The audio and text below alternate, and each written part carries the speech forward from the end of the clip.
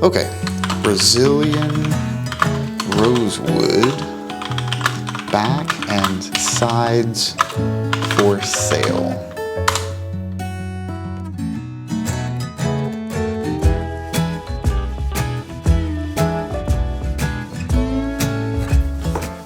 Do I really need Brazilian Rosewood? We're right in the middle of our Storyteller build series, and we've reached the critical point where we need to make a choice for the woods on the back and the sides. Now, if you've been following along, you know that we've already selected a set of torrefied spruce for the soundboard and the braces, and that's to support that vintage tone. But now we've got a much harder choice to make. Those vintage guitars, we know all of those have been made from that magical wood touched by unicorns. Yes, Brazilian rosewood. What is it? Well, it's a fancy wood that we're not allowed to have anymore. Why? Well, because we annihilated those forests in some life-imitating art version of the Lorax. Brazilian rosewood's technical name is Dalbergia nigra. Now, Dalbergia refers to the species, and rosewood really just refers to a grouping of woods inside of that species. Now, everything was good up until around 1961, when it became illegal due to the poor management of those forests. That restriction remains in place still today. That prevents major manufacturers, as well as even us little guys, from importing even a single piece of Brazilian rosewood. So guitar manufacturers had to pivot, and most chose Indian rosewood. Now, Indian rosewood is a bit more of a mid-tone sound. I would say maybe less bright than Brazilian. But it's a solid choice, and it remains readily available. But I mentioned in the previous episode that Martin has been reproducing those vintage D28s, and for those, they chose Guatemalan rosewood. Well, that's interesting. After a little research, that choice surprises me. Guatemalan rosewood is lighter and less dense than Brazilian. Like, in terms of its hardness, it's roughly half. But yet still people rave about the sound quality being as good, and in some cases better, than Brazilian. But in my research, I found that Madagascar rosewood not only has a similar look to Brazilian, but it has almost an identical hardness level. It even grows in the same latitude lines right there in the southern hemisphere. I failed to mention that I can legally purchase Brazilian rosewood if it's already here in the US. But it's still exceptionally expensive, and most decent pieces start at roughly $4,500. Some climb all the way up to $8,000. Now, y'all know that I mainly give guitars away, so that means my revenue stream hovers at right around zero, so hard pass on those prices. But Madagascar rosewood is much more attainable. I picked up these pieces for less than $500, and they will work just fine. Okay, but does it really matter? Well, the definitive answer is, well, kinda. All right, hear me out. So the back and the sides' main function is to provide a rigid structure and sound reflection. It's the soundboard that contributes most prominently to the sound that you are hearing. Now, I would argue that the back and sides do help color that tone, but in a much less significant way. Some people have tried to put a number to this, and I've heard it said that it's 2 to 3% is the contribution that the back and sides are making to the eventual sound that you hear coming from the instrument. I'm gonna do something maybe a little controversial to the vintage build. I'm going to mix up the woods just a little. I like to do layered sides to increase the rigidity and help prevent against any cracks. So on the inner portion of the sides, I'm gonna layer in a thin piece of Indian rosewood. That's going to provide just a little warmth of tone to help complement the Madagascar rosewood back.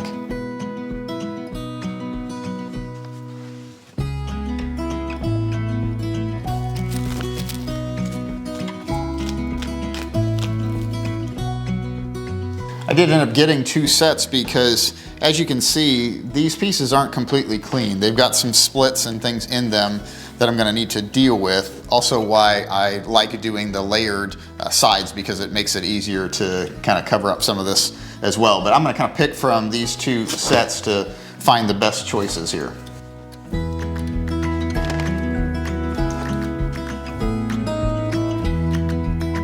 Yeah, I think I like that one. Gonna have to deal with a couple of splits up at the top. Probably have to put a cleat in there. Get the wax off the into here.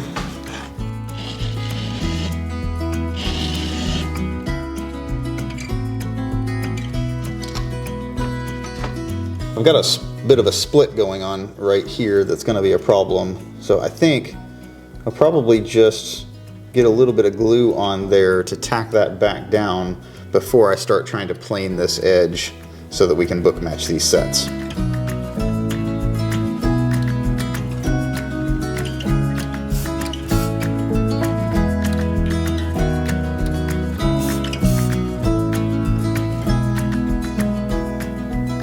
All right, that takes care of the crack that we needed to deal with before we start planing that edge, so we should be ready for that.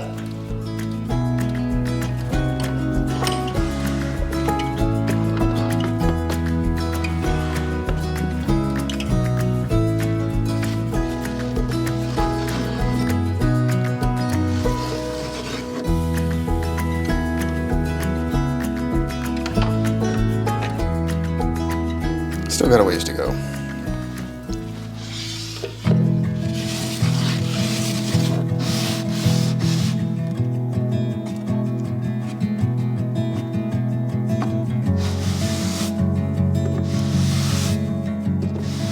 This edge is good to go. It is flat all the way across, but man, this has to be some of the most difficult wood I've ever worked with. Well, maybe I understand now why Martin made the choice that they did. This stuff splinters like crazy. When I was running, I have the sandpaper attached to the bottom of a level that I use to get this nice and flat. But if I would run in both directions, I would catch the fibers. In fact, look at this piece right here. I had just brushed my finger up against this edge, just cleaning off sawdust, and this little lip peeled right out of there. This is crazy brittle stuff to work with.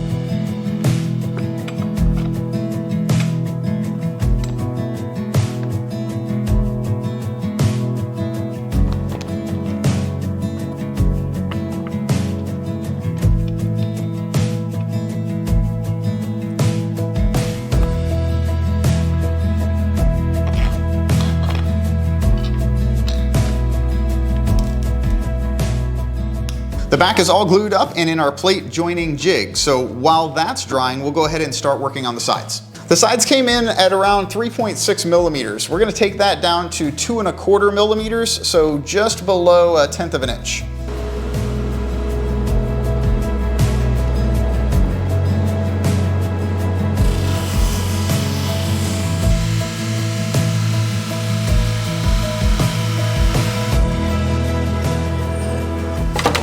Okay, this stuff continues to be really weird to work with, very difficult.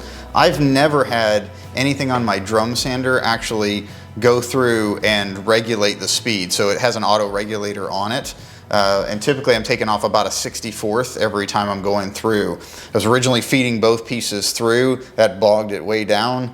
I took it down to a single piece at a time. That was better, but still, like it destroyed the paper in here and smoked up my entire shop in the process of doing it. So really difficult stuff to work with so far. Now that we've got these two the right thickness, we're almost ready to bend them, but first we need to trim them down to size. These are just a hair longer than we need them to be. I'm gonna take them from about 34 inches that they are now down to 30¼ inches. That should get them in the forms with just a little bit extra to trim off so we have a little bit of room to play. Let's do that.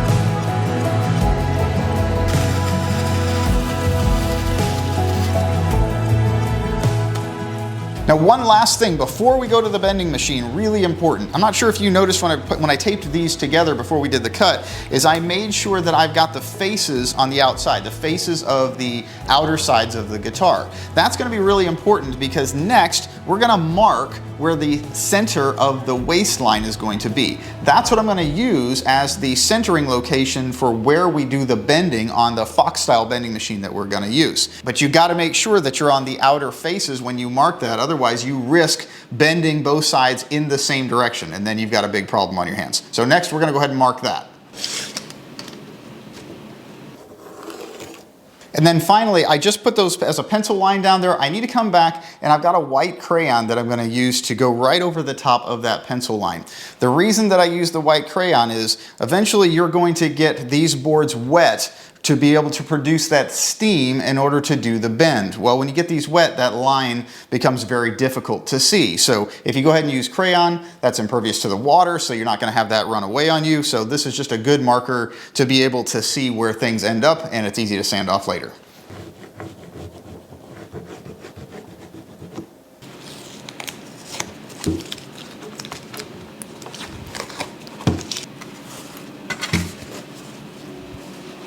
For as much trouble as these sides have given me, I'm a little bit nervous to bend them.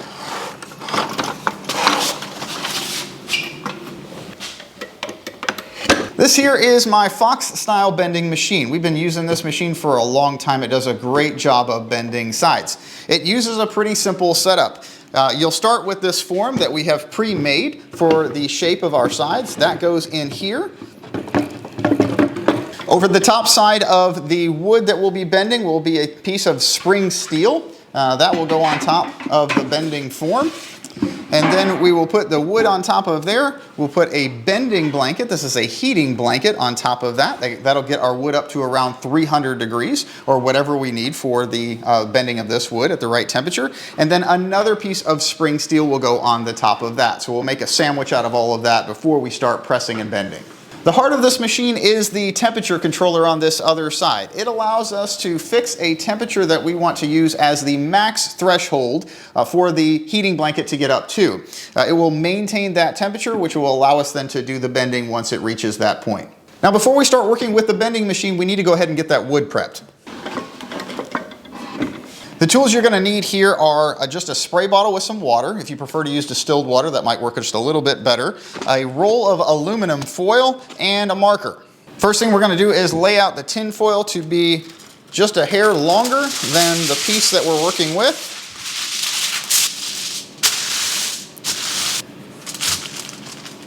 From there we can go ahead and wet the wood that we're getting ready to bend. You want to get this good and coated. This is also maybe the first time that you're seeing what the wood is actually going to look like. This stuff is gorgeous. Both sides.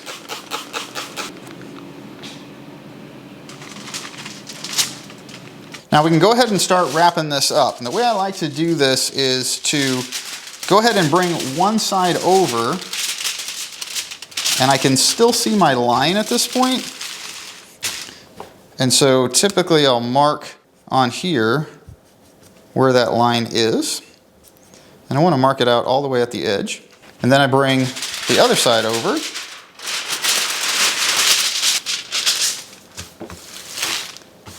and now where I've marked I can tell then, so I can bring that line back through. Okay, I've got a nice sandwich out of that. Just fold over the edges at the ends. Actually, I should fold them to the bottom side, works a little bit better of whatever way you're bending. Okay, and that is one side ready to bend.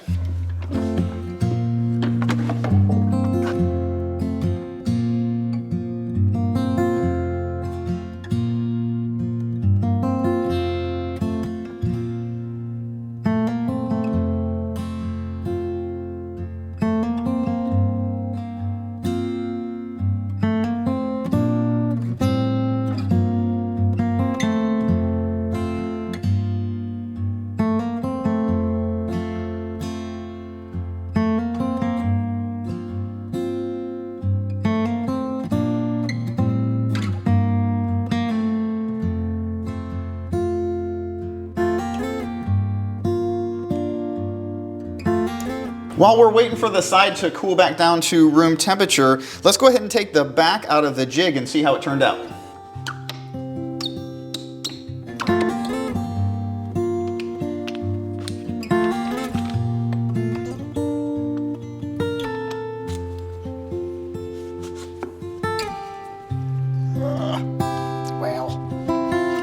Normally I do this with wax paper, and for some reason this time I decided to use tape, and it's probably not the best idea. There we go.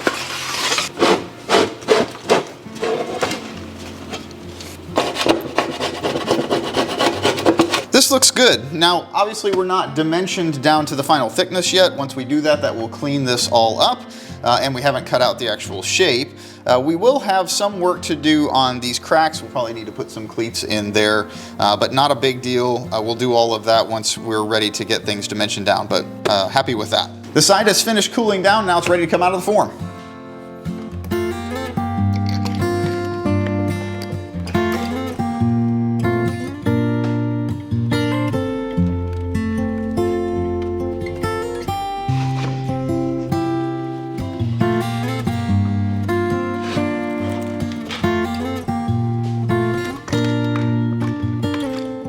Moment of truth. We gotta see whether this came out or whether we destroyed it in the process of bending. Fingers crossed.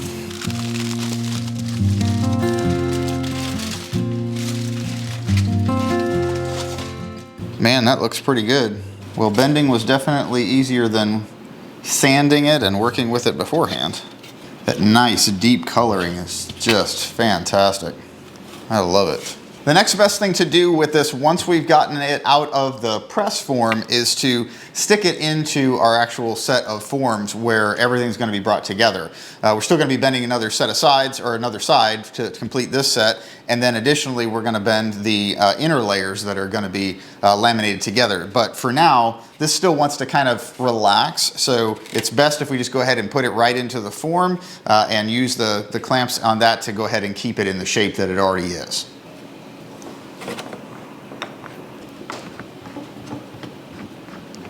Now we just got to go ahead and bend the other side, but that is exactly the same process, so I'm not going to bore you with that. Give me just a sec, I'll be back in a few.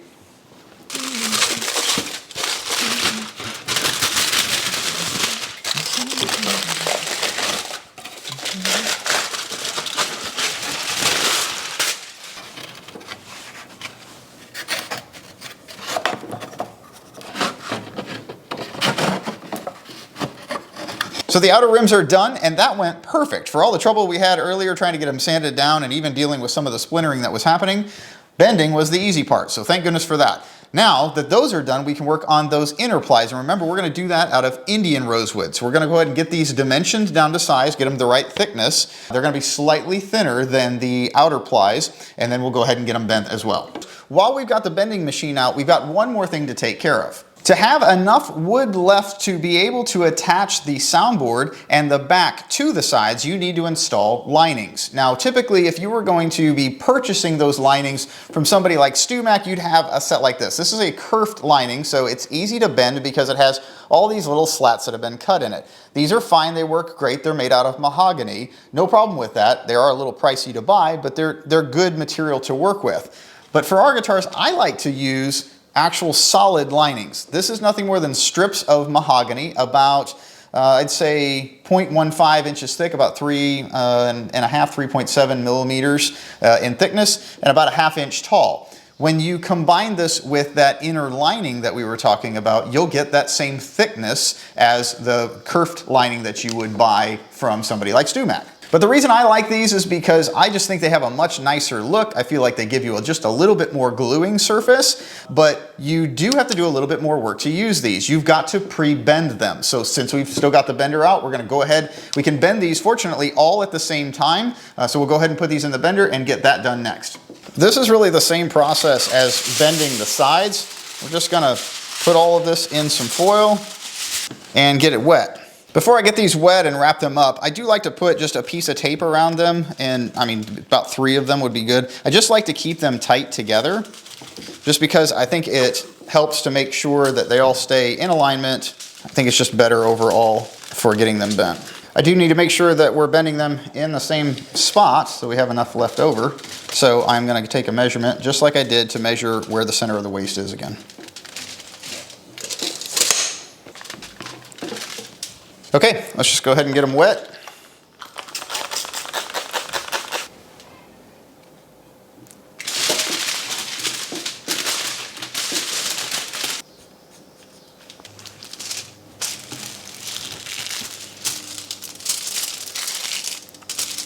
All right, we got it.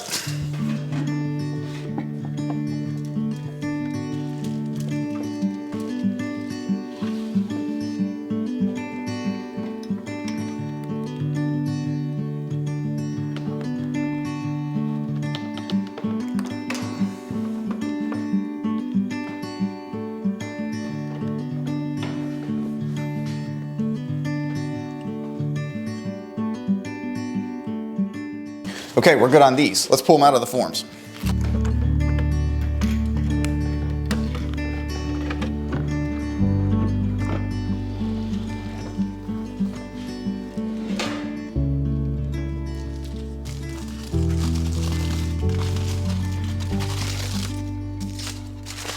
That is it for the bending process. Now we can turn our attention back to the back of the guitar and work on getting that in shape and prepared for the bracing.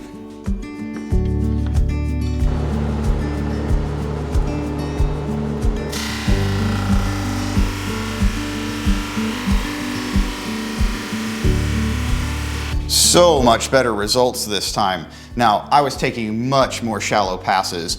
Typically, I'm taking, on my machine, it's a quarter turn as a 64th of a pass.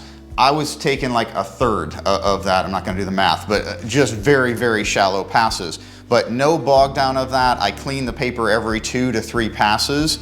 And so that was a much better way to get this done. And look how beautiful this piece came out. It's absolutely stunning. I love it. Now, I haven't touched the back of this yet. It is still unsanded. We'll take care of that in just a minute, but first, I'm gonna go ahead and get this on the CNC machine so we can get the profile in here, locator pins, and run that inlay strip down the middle for the back stripe.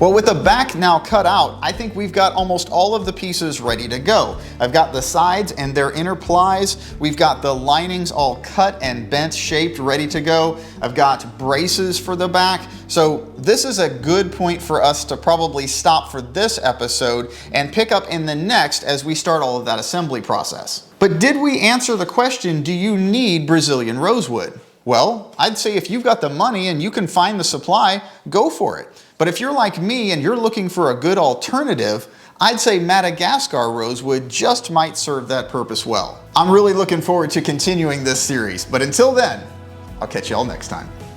Thank you so much. I'm working here. Very much. How am I supposed to get anything done with you guys in here? What, baby? We will help you. Help me do what? Make this stuff. Will you help us now? Oh, you're my helpers now. Yeah, just keep tipping on your video. I don't know that I would consider this helpful.